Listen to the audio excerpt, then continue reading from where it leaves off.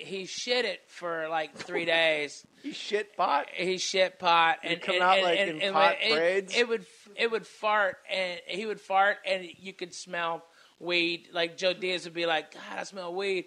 Like a soldier. Like a soldier. That dog farted reefer like a fucking soldier. I'm not fucking around, Ralphie May. Ralphie May. It's incredible. All right, and he got so high, J. Moore, that he licked the place where his balls used to be, to where his sack looked like a fucking sun-dried tomato. It started to bleed. He licked it so hard. He really loved licking his balls. It was great. How long did they really bleed? Yeah, we put salve on them. We had to put salve on him. To rub your I had to rub his balls. On your dog's empty ball bag? Yeah. That's nothing. When I fed Hoochie, because she was a begging bitch. That's your other dog. Hoochie Mama. Pimpin' Hoochie Mama. English Bulldog. I never met Hoochie. Oh, she's fucking funny. You'd love her. She's a begging bitch, though. And she was begging for sushi. And she begs for anything. She didn't give a shit. All right, and she was begging for sushi, and I'm like, I'm gonna cure this begging bitch. And so I gave her some wasabi, and it just went in. Like I was expecting like a cartoon reaction, like flames and steam, nothing. But for like 2 days, every time she dropped a deuce, yap, yap, yap, yap, yap, yap, yap, yap, yap, yap. Like every time it'd drop out, it was like, relief. And my wife was yelling at me. Yu-Gi-Oh character. And she made me take the again. Yap, yap, yap, yap, yap, yap, yap, yap, yap. She's like a little Japanese lady. Exactly. And Lana made me take her to Dr. Steve. Yeah. Dr. Steve Abulafia. Steve Abulafia in the Valley. That's your guy, everybody. I know. And Dr. Steve. And Dr. Steve was laughed and said she's going to be fine. But I had to put Preparation H on her butthole. All right, and I had to do that for like 3 or 4 days to make her butt stop hurting. Yeah. And it was hilarious because Pimp would come over and like, put it on my butt too, Daddy. All right, because he's the gay, gay right? boxer, He's gay. Emil Griffin. He's gay. He was awesome. I remember I brought Shirley to Dr. Steve because she was eating her own poop when she was like 8 months old, and it's alarming. And I go, she's eating her own poop. He goes, that's normal at that age, and I go, well, you got to make it stop, or I'm going to put her to sleep myself in the driveway between the two cars with a couple bricks. And he goes, maybe it's because of her diet. What has she been eating? And I'm like, poop. That's why we're here, bro. It's not like she was ice skating on the lake and she slipped and some poop got on her snout and she licked it and I got grossed out. She takes a dump, looks at it, and says, still hot. So Nice. He gave me these droplets, and he said, put these in her food, and when she eats her food with the droplets and it passes through her system, it'll make her poop taste really bad. Yeah, right? It already tastes like shit. Yeah. I didn't know you could make shit taste worse. I didn't know. How do you get shit that tastes worse than shit? Is that apple cinnamon? Like That's delicious. That's delightful. That's what I like about Yorkies, the apple cinnamon logs they lay around the house. Hold that. Here's don't go anywhere. Here's a quick commercial. Hey, with your busy schedule, I'm sure you can barely get away from your desk, so making trips to the post office is the last thing you have time for. I know a better way. Stamps.com. Buy and print official U.S. postage right from your own computer and printer. Easy and convenient. Plus, Stamps.com will give you a digital scale. Automatically calculates the exact postage you need for any letter or package. Print the postage directly onto envelopes, labels, even plain paper. Then just hand your mail to your mail carrier. When I say you will never have to go to the post office again, I really mean it. Right now, Stamps.com has a special offer for my listeners. Use my last name, Mohr, M-O-H-R, for a no-risk trial. Plus $110 bonus offer includes the digital scale and up to $55 free postage. Don't wait. Go to Stamps.com before you do anything else. Click on the radio microphone at the top of the home page and type in Mohr, M-O-H-R. That's Stamps.com. Enter Mohr. Do you skip your favorite sporting events or concerts because you think tickets are too expensive? Think again. ScoreBig.com makes live events affordable. 40% of live event tickets go unsold each year. Even when the arena or stadium is full, thousands of tickets are comped out or given away to make it look like a sellout. Minnesota Twins. ScoreBig.com Works directly with the box office and other ticket providers to sell these tickets. Every ticket on scorebig.com is guaranteed to be between 10% and 60% off below retail price. Great seats from the front row to the rafters. Purchase your tickets days, weeks, or even months in advance. There are no fees or shipping charges ever. It is impossible to pay full price on scorebig.com. You are guaranteed to save on tickets. I love these people. Register on scorebig.com this week and use the code JAY to get an extra $10 off your purchase. This week only, go to scorebig.com, click on the radio button, and enter the code J. That's JAY. Always less than full price, never any fees. Scorebig.com. That's scorebig.com. Enter the code J. Don't forget to enter J at scorebig.com. We're back with Sam. I call him Samuel, and nobody knows why. I don't even know why. Oh, come on. We were just high as fuck. I called you Samuel.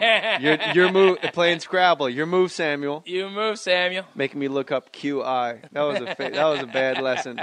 Look it up. Are you gonna challenge? That was Ralphie. You gonna challenge? You gonna challenge? Yeah, fuck it. I'll challenge. AA is not a word. Yes, it is. Stupid. Yeah, it is. You're a patriot. You love your country. You love doing the USO shows, which I respect. You had one of the best bits about like the terrorist attacks and like, you know, the USS Cole. Like these are all tragedies, but nothing could really drag us into the war. Do you remember what you said? Yeah. If they really want to fuck with us, and if they and conversely, if America wants to just handle their shit, there's there's one place. Yeah, I said I was in St. Louis, and if they blew up St. Louis, it would raise a fury of mullets that the world has never seen before. Why? As soon as these St. rednecks Louis? realized that the distribution of Budweiser beer has been disturbed, all right, the king of beers has been assassinated, and these rednecks had to switch from Bud Light to Coors Light, all right, that trailer parks all over the South would empty out. There'd be thousands of bass boats going across the Atlantic, goes ning, ning, ning, ning, ning. When it goes up in the air, Ning, when it planes out, ning, ning, ning. Those mothers would strike down. Oh, God damn it. I don't remember exactly how it got. They would have been in the caves in Tora Bora. Like, oh, my man, God. Where is he? Up there in not only real Budweiser. bark camouflage, okay, with 30-06s and Remingtons. All right. God damn it, I got it, son, bitches. Got to do this, they'd be making like deer stands and shit. They know how to my God. Yeah. They're covered in deer piss. Real bark. Real bark, yeah. There. Well, see, you got to use the camel piss to sneak up on them. That's what you got to do. Got to downwind the camel piss. Trying to lure Al-Qaeda out of with using duck calls. Doesn't that blow your mind that the fucking Navy got him? If I told you 10 years ago. By the way, do you remember 9/11 Day? Yeah. Do you remember? I mean, you came. Wait, to my 9/11? house. No. No. I remember 2001. 2001. I remember September 10th. 2001. I remember September 10th. Yeah, the day before when everything was normal. Yeah, September 11th. Why? What happened? Yeah, it was a big to do. It was a big to do. You know what I did? I went to every ATM. I drove probably up to Santa Barbara all the way down to San Diego. I emptied out all of my money because that's before there were limits on the ATMs. Right. And I drove around with a loaded handgun. Yeah, I had a pistol, and I had a fucking grip of ammo, bro. I had like 1,000 rounds, and I kept buying. Check this out, Billy Wayne. I just kept buying water. I had like 40. You had your truck full of water and ammo and guns, and I was like, I got to get back home, and I got to protect the reservoir. Yeah. Hollywood Reservoir. I'm the motherfucker. Like I'm Checkpoint Charlie. You came by my house. You came by my apartment. I don't even remember. Yeah, you came by my apartment. I called you and said, hey, have you talked to your wife? You're your wife then, okay? Because she was in New York doing a play for David Mamet, all right? And I said, for some reason, I'm able to call. I'd called Jeffrey Ross and told him about it.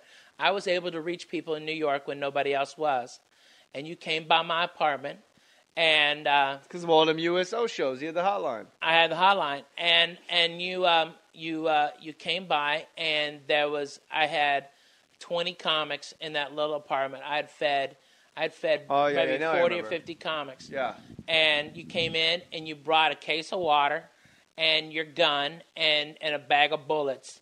Okay, 357 Magnum with a rubber grip. But bro, you had a bag of fucking bullets, man. Okay? It was literally like it was like when a wino bag. When you take clothes to the Goodwill, you just put them in a garbage bag. It was just filled, and I had 38 because 38 rounds will fit in a 357 pit. So I had 38 rounds. It was all mixed up. Like, I didn't give a fuck. It's going to shoot. Yeah. And I'm ready to protect the Hollywood. I'm the guy that's going to protect the reservoir. And then I found out after the fact, oh, that's not where we get our water. That's just decoration. I'm like, oh, fuck it. Yeah, right. I should have been outside like Dave and Buster's going, no one's going to fuck with this jukebox. Yeah, right. I want Tom Petty running down a dream. If anybody fucks with Journey, it's on. It's on. We're doing this. Took the midnight train. So, yeah, there was like 10, 15, 20 comics in your house. Yeah. And I cooked all day, and you came in, and you were like, you were stunned. Everybody was. We were watching the news, and you got through to your wife then. That was the first you've been able to reach her. You've been going crazy because you couldn't reach her. And you got her on my phone. What? She was with Frosty, and Frosty had a hazmat suit. Like, somehow that motherfucker had a hazmat suit. Pre 9/11, he's walking around the apartment dressed as a fucking Martian. That motherfucker he is so weird. He had a hazmat suit, probably had Yankees on it with number 17 on the back. That's fucking hilarious. Pre 9/11, he had a hazmat suit. He had his own Yankees hazmat suit with number 17 on the back. Oh, my God. I remember you, I heard you on the Mark Maron podcast say really nice things about me. And yeah, I've got beat up a bit this year, so it was nice to just hear a guy go, no, motherfucker, let me tell you how it really went. Yeah, JJ, so that was nice. You saved my career. You made my career. We ain't got to get into any of it, but I want to tell you, and we talked on the phone about it, but I've listened to it. Man, I mean, look, listen. Okay, the fans know you from this, and they know you from your TV and your movies and shit. Okay, what they don't know is because you come off as Johnny Tough Guy, and you always have a wise ass answer for everything, and you don't take compliments very well. You really don't. Thank and you. you don't get and you don't get the recognition. People think you got guns and you're gonna bring guns and you're gonna shoot people, and it's fucking just crazy. All right, because you're not like that. You changed my life. You changed my wife's life. You made it to where I have now to have 2 babies. There's a whole host of comedians, a whole generation of comedians that owe you a debt of gratitude. They never fucking just say thank you. They never say thank you for fucking when you were fucking super hot at NBC and you could have done any fucking show. You said, hey, I want to do this show called Comic House, and they go, that's a horrible name. How about Last Comic Standing? Okay, you fucking did that. Okay, all right, and you gave it a shot. But I also remember a guy that had met me on a Friday night and didn't much care for me, and on Saturday saw me walking from my apartment down Sunset, all right, and it was hot as fuck, and it was June, and it was hot as shit, and I was walking because I couldn't afford gas money and valet. That was an extra $20 a night. Okay, and I couldn't afford it. And I was walking down the Laugh Factory to catch a couple of sets and try and make some money and make ends meet. And I was going to sell. I had weed to sell, and I had. I heard you were selling pussy too. I was not selling pussy. I was not selling pussy. Okay, all right. But I was. If I had something to sell, I might have sold it. All right. But I was.